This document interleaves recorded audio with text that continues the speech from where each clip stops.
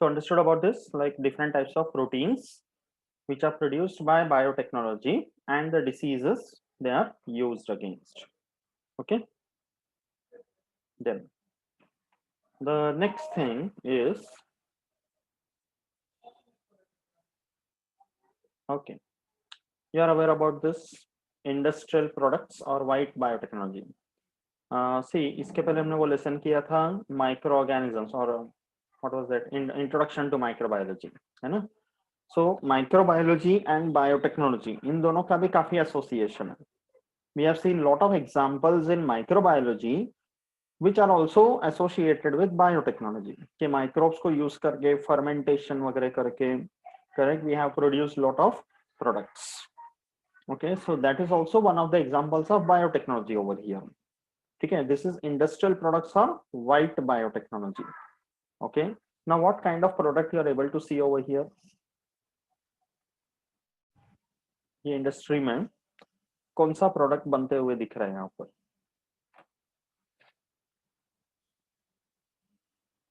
All of you are able to see the slides, right? Wine. This is some kind of a beverage, a drink. ठीक है, so that is a branch of biotechnology we can say, जिसको बोलते हैं white biotechnology. Okay, so ये देखो कैसे करते हैं. Any product that is to be prepared, उसका एक प्रोसेस होता है. These are the different fermentation tanks or the units. ठीक है, and all of you are aware about something called molasses now. ठीक है, molasses किससे बनते हैं. How is molasses obtained? From what?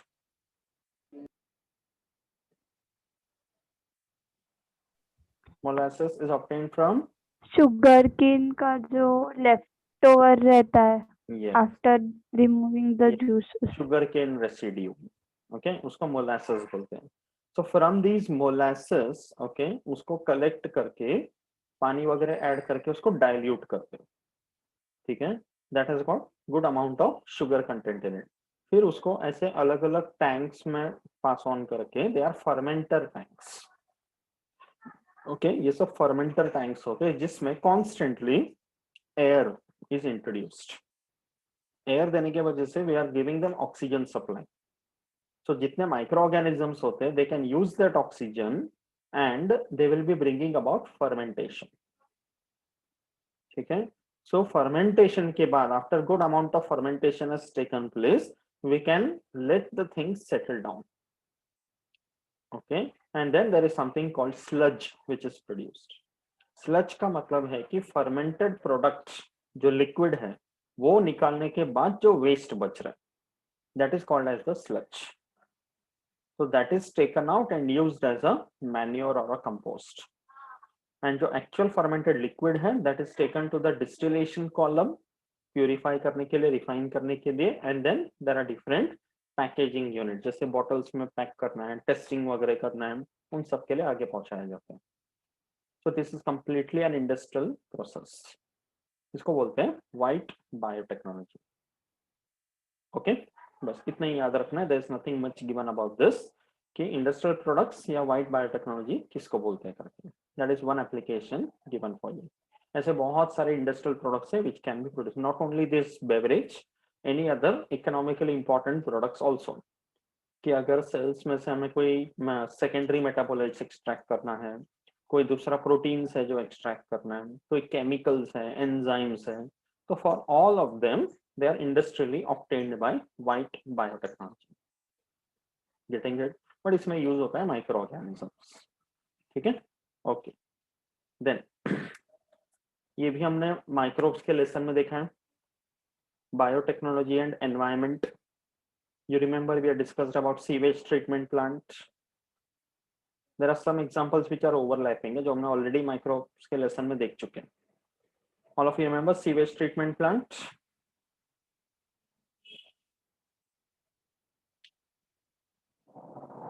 Microorganisms के हाँ. lesson में sewage treatment plant. What is the role of a sewage treatment plant?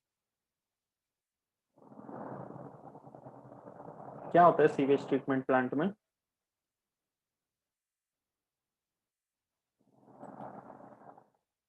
Yes, what is done in The a organic matter gets hmm. decomposed and methane gas is released. First tell me what is a sewage. Sewage क्या होता है?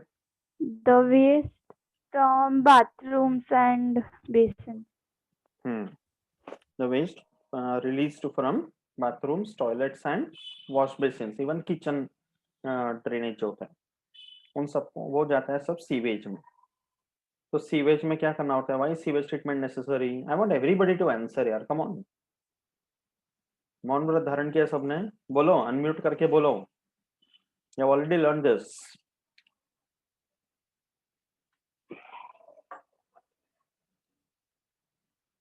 Yes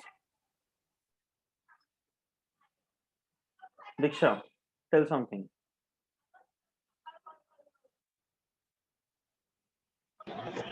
उसमें harmful microbes present होते हैं. सो क्या करते हैं उनका?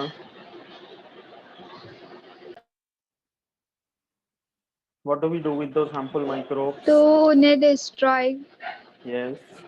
And then? उन्हें डिस्ट्रॉय करने के लिए So we have to destroy the harmful microbes, and we also have to make sure that the other harmful sediments, they are removed. So that is why ultimately जो sewage treatment plant होता है उसमें क्या करते हैं? सबसे पहले जो सीवेज आता है उसका फिल्ट्रेशन एंड प्राइमरी सेटिंग, कि जो बड़े बड़े पार्टिकल्स या पीसेस वगैरह सब होंगे वो सेपरेट हो जाएगा. And then it is followed by primary digestion and secondary digestion, and अगर कभी जरूरत पड़ा तो टर्शियरी डाइजेशन भी करते हैं. एरेशन टैंक्स होते हैं, air is passed on continuously so that all the oxidation takes place.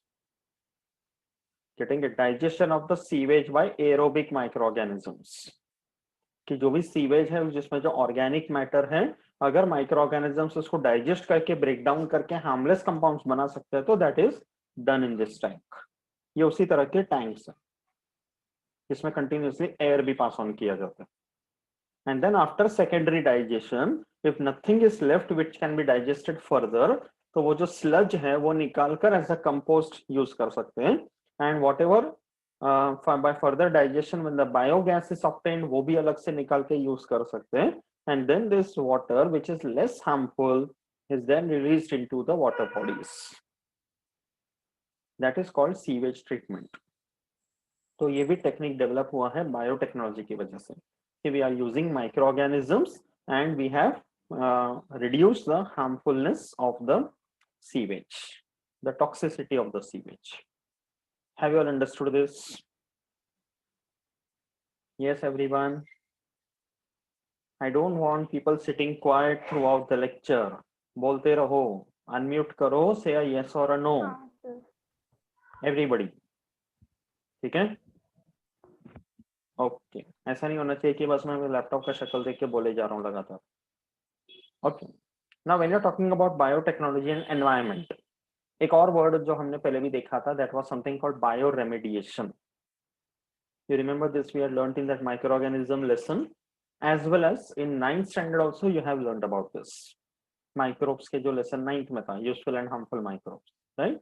So इसमें क्या करते हैं कि we are using certain organisms and we are trying to clean up the environment wherever possible. उसको बोलते हैं bioremediation. So if you are using microorganisms for this cleaning up, तो उसको बोलते हैं microremediation. And if you are using plants for this purpose, so we call it phytoremediation. दोनों मिलाकर ultimately होता है बायोरेमेडिएशन. ओके, तो let us see some examples. जैसे this bacteria called pseudomonas. Okay, ये बैक्टीरिया कैसे यूज होते हैं? For cleaning the hydrocarbon and the oil pollutants from soil as well as water. तो कई बार अभी ऑयल स्पिल्स पता है ये सबको, we have already discussed about this, correct? कि बहुत जगह पे due to various reasons there are oily compounds or hydrocarbons like this which are very dangerous. ये soil में भी चला जाता है, पानी में भी चला जाता है. Okay, even on the roads and all when there is oil leakage by the transportation vehicles, तो उसमें soil में सब चला जाता है which is very dangerous. तो उसको निकालना जरूरी है. So we have genetically modified this bacteria called Pseudomonas, and which is able to digest these oils and remove them to some extent. इसको बोलते हैं micro remediation. So remember the name of this bacteria and how it is used. Okay. Then ये जो technique है कि using bacteria to digest these oils and all and trying to clean up the environment to a large extent, ये India में सबसे पहले develop किया था doctor Anand Mohan Chakravarty. Remember the name of this person. He was the first one, a scientist. He was Indian, but he was a American citizen. Okay, Indian born American citizen, जिन्होंने ये idea निकाला कि one can use the microorganisms by genetically modified them, and we can help to clean the environment with this technique. Okay, so such a technique which was invented, discovered for the first time, goes to the credit goes to this person, Dr. Anand Mohan Chakravarti.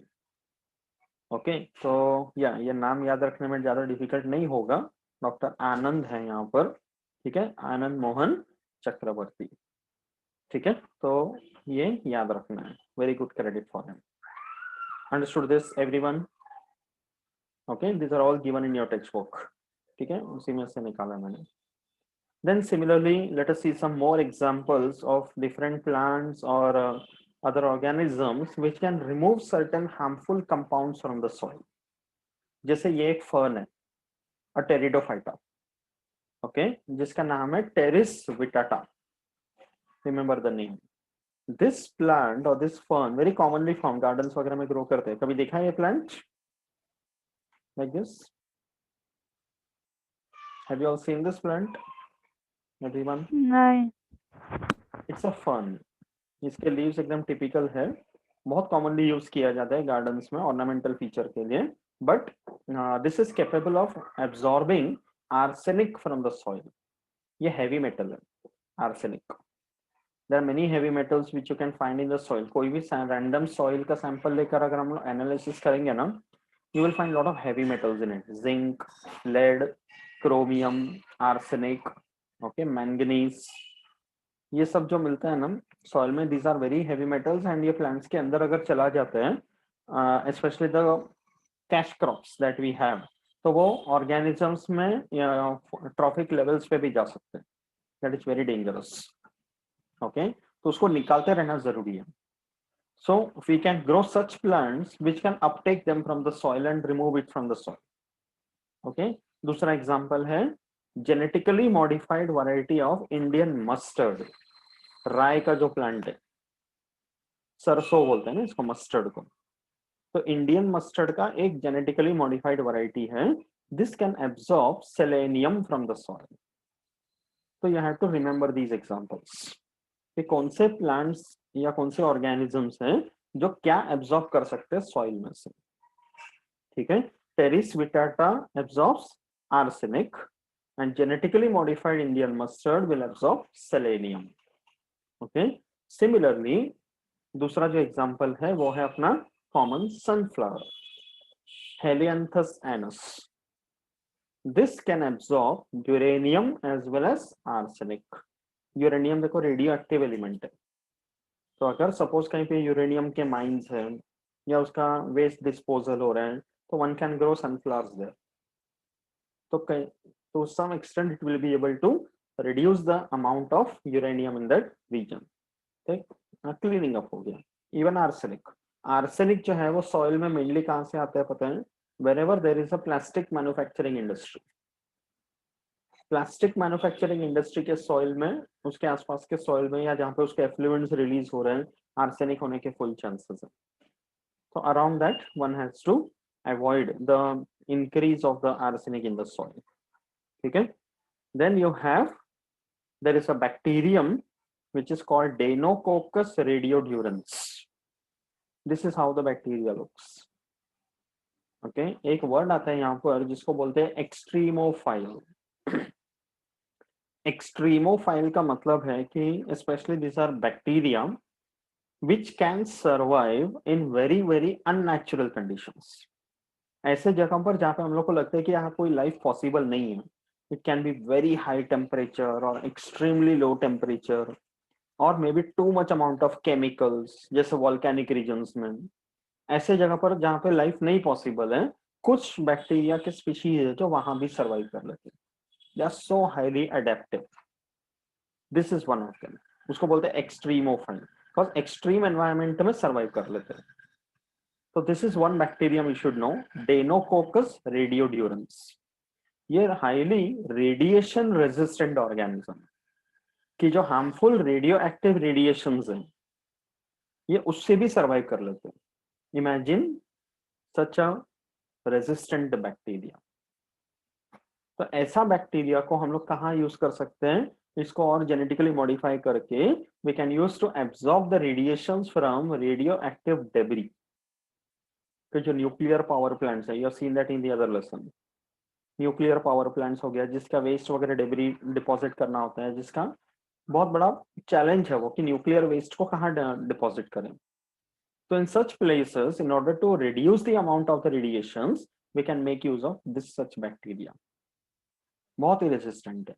अगर radio active nuclear radiations को भी resist कर लेते हैं, मतलब you can imagine how strong this bacteria must be. Okay, that is Deinococcus radiodurans. नाम में ही पता चल जाएगा, रेडिएशंस के against.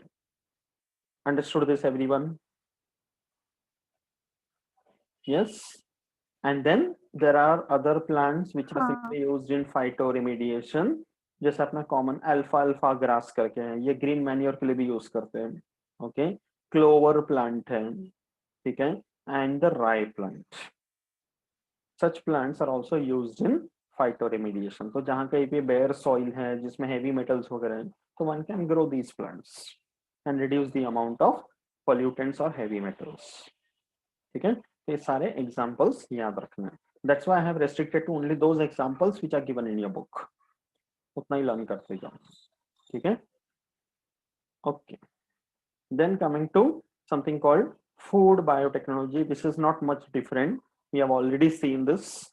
Okay, introduction to microbiology में सारे एग्जांपल हम ऑलरेडी देख चुके हैं। All of you are now well aware about production of the bread. इसमें भी माइक्रोबियल बायोटेक्नोलॉजी आते हैं। Bread is prepared from which micro organism? बनाते वक्त ब्रेड बनाने के लिए कौन सा माइक्रो ऑर्गेनिज्म चाहिए? Saccharomyces cerevisiae. Pronounce it Saccharomyces सेरेविसिए।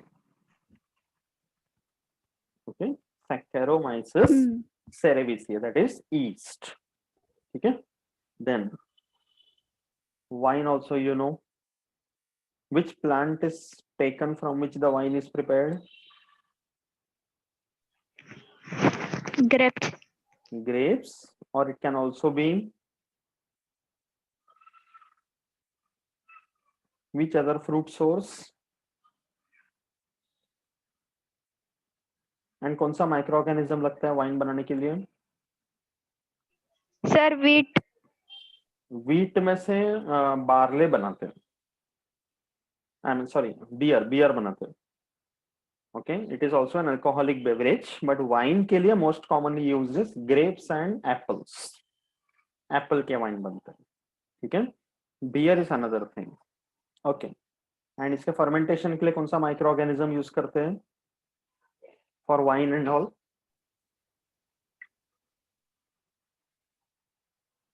Which is the microorganism used? Nashik के अंगूर फेमस है, नासिक में सिला वाइन फैक्ट्री है, तो बड़े बड़े फर्मेंटर्स होते हैं, टैंक्स होते हैं, तो कौन सा माइक्रो ऑर्गेनिज्म डाला जाता है ग्रेप जूस में? It is again, yes Neha बोल।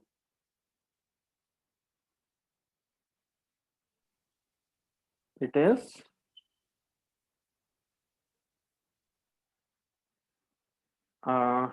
Pranav has a question, can alcoholic beverages be made by any fruit?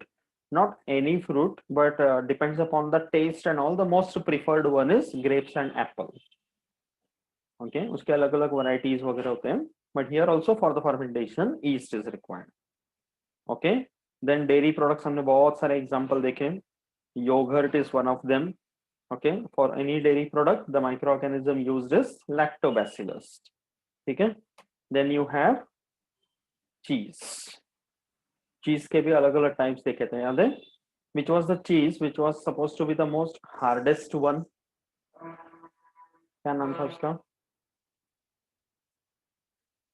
एकदम हार्ड चीज। Parmesan.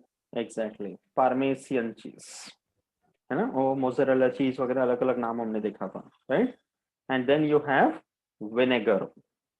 Most preferred source for vinegar is apple. Acetic acid है, उसका भी प्रोसीजर हमने देखा है उस लेसन में, करेक्ट? तो ये सब भी जो एग्जांपल्स हैं इसका production, that is also a part of biotechnology, and that comes under something called food biotechnology, which are all produced in such food manufacturing or food processing industries. And then another alcoholic beverage, that is beer. Beer is produced mostly from barley, malt grass. उसमें से beer generate करते हैं. Okay, process mostly remains the same, that is fermentation. So these are some examples of products which you are obtaining from food biotechnology. ठीक है? Similarly you can have curd, butter, ये सारे products भी food biotechnology में ही include करते हैं. So these are all the overlapping points from the previous lesson. ठीक है? And then coming to one more interesting application, that is called DNA fingerprinting. सुना इसके बारे में? DNA fingerprinting, Yes, sir. simply called the DNA test, है ना? In common terms, all of you know something called fingerprint. अपने fingers के tips पे ऐसे patterns होते हैं. Every human being will have a unique pattern. कोई भी दो इंसान का वो pattern same नहीं रहेगा. Okay, except for monozygotic twins. Remember that. But that's an exceptional case. Otherwise, every individual will have their own unique pattern. इसलिए forensic science में crime site पर, you know very well, fingerprints पहले उठाया जाता है and वो पूरे site को साइड से सील कर देते हैं so that no other person will enter or touch any other thing and contaminate the fingerprints.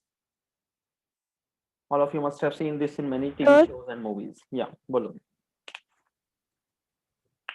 चल. मोनोजाइगोटिक ट्विन्स में डीएनए भी सेम रहता है? Same रहता है ना? Because they are produced from the same zygote, the same genetic material. Exactly the same. Yes. इसलिए उसको मोनोजाइगोटिक बोलते हैं कि जाइगोट एक ही बना, सेम न्यूक्लियर कंटेंट, फिर डिवाइड होकर तो इंडिविजुअल बनते हैं.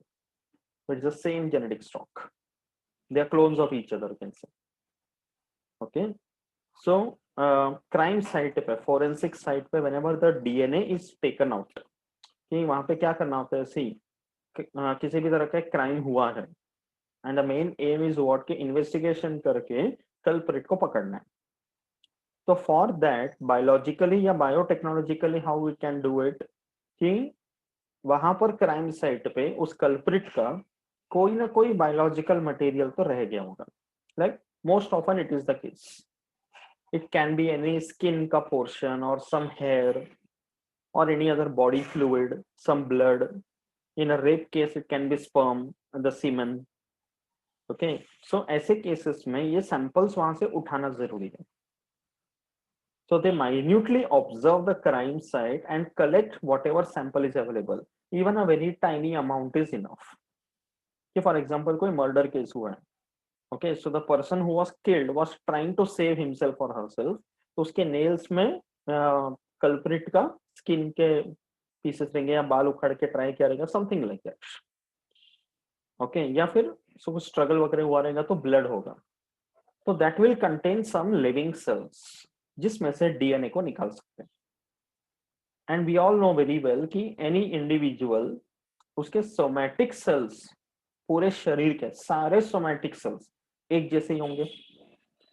Every two people will have a different set of DNA, but within the same individual all the somatic cells will have the same set of genes.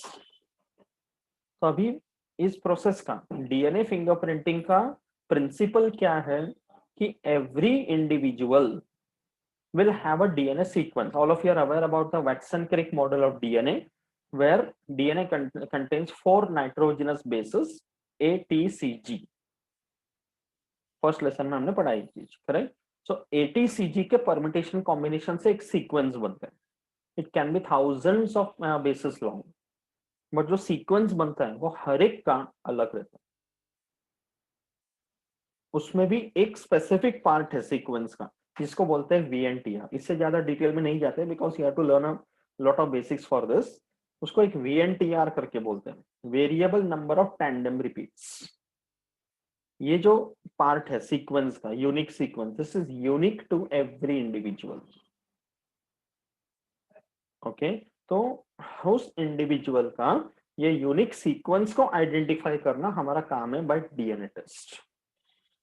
तो अभी किसी भी investigation में according to the scenario, according to the location, whenever the investigation is run, there are always some suspect।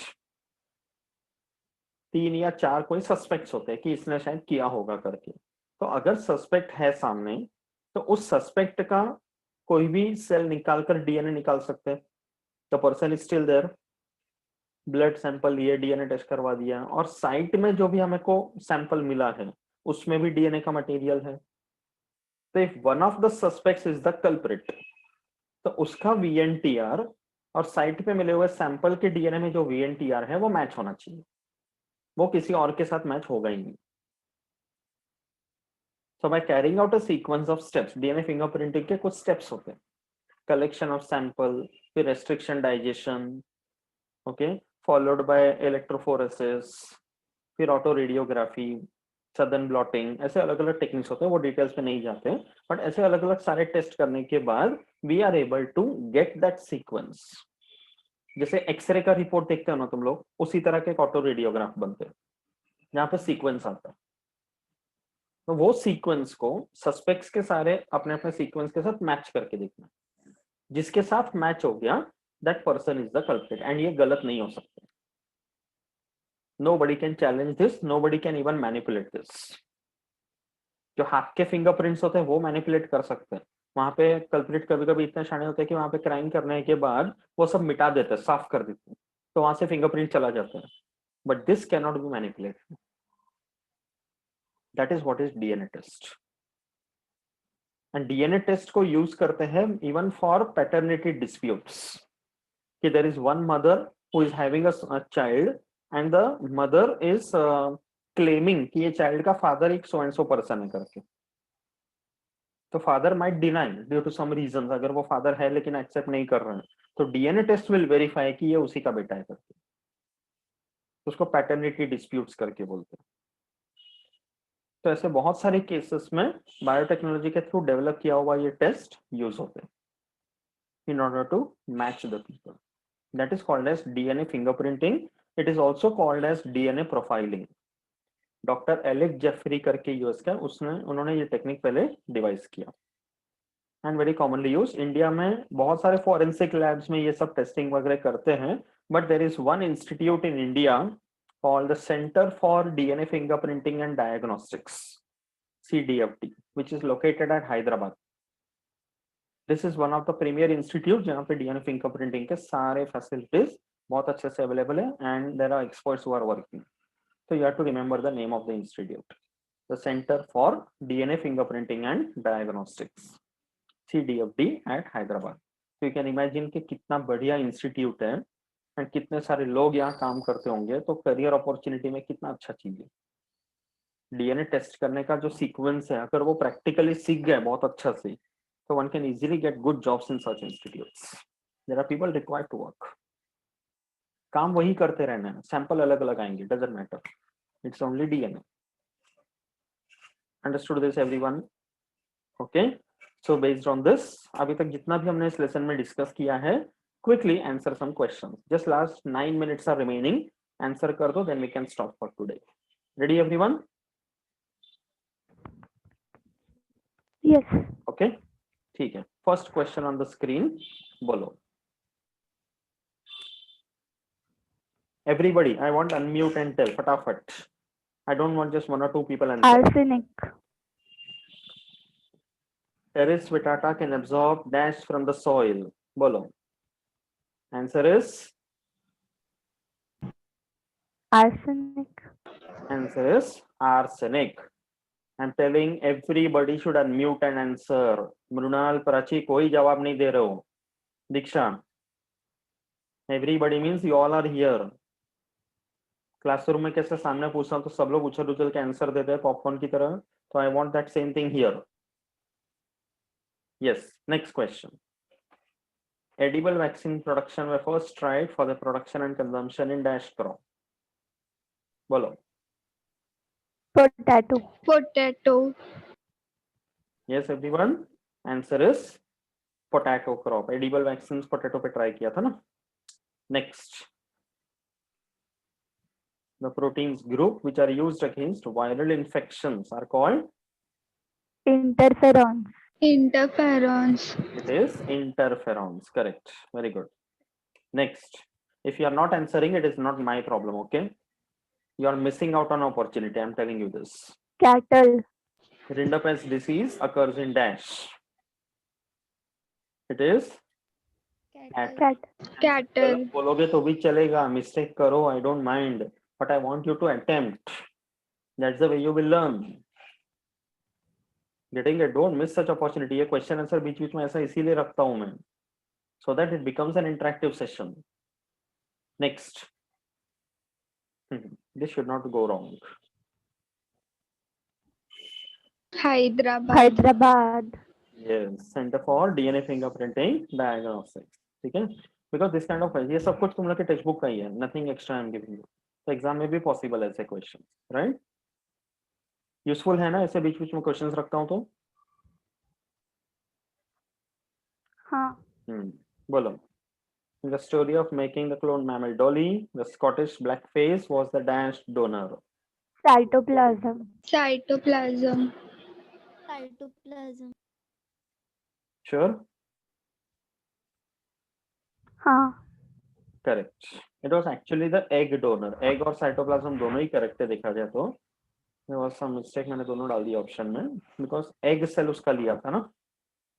That's fine. ठीक है, no problem. Next.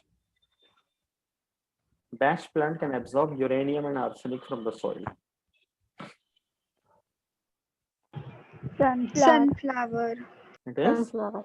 sunflower. Correct. Next.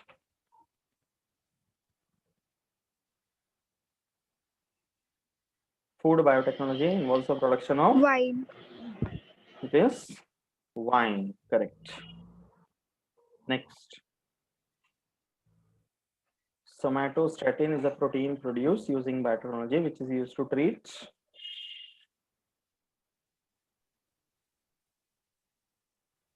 Dwarfism. somatostatin dwarfism. Correct. Next. At present, there is no vaccine available for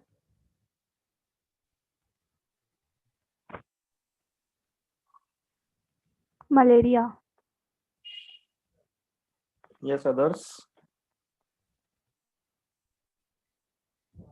Answer is malaria. Malaria. Yes. Next. Bacteria which is used in cleaning up hydrocarbons from oil spills.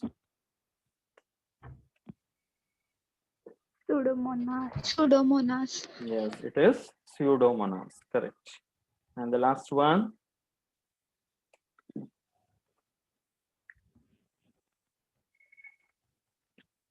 Dr. Edward Jenner discovered the first Vaccine.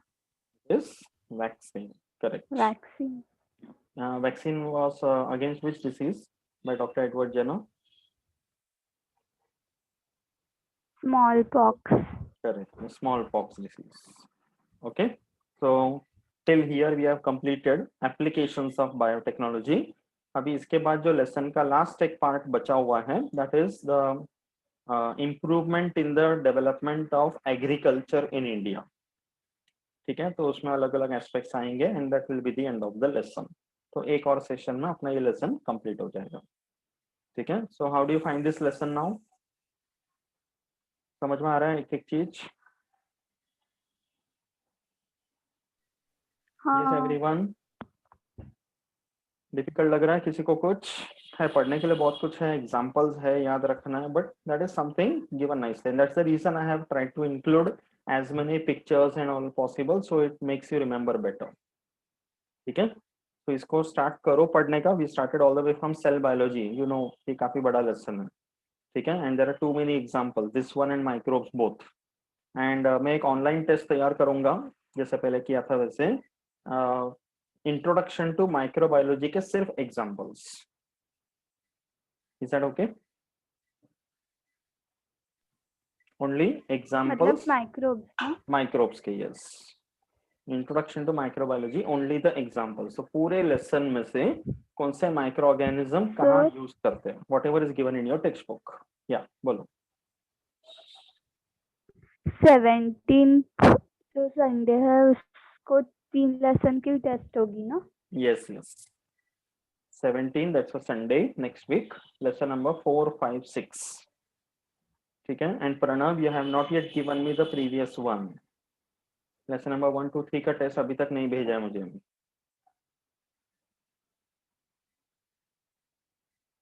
Whatever is the genuine problem, now you have to tell me, or else I'll be not allowing you to write any more further test, which I don't want you to do it. ठीक है. So prepared for that. Continue करो preparation. We'll meet next week now. ठीक है. Bye everyone. Good night. Take care. Bye. Bye.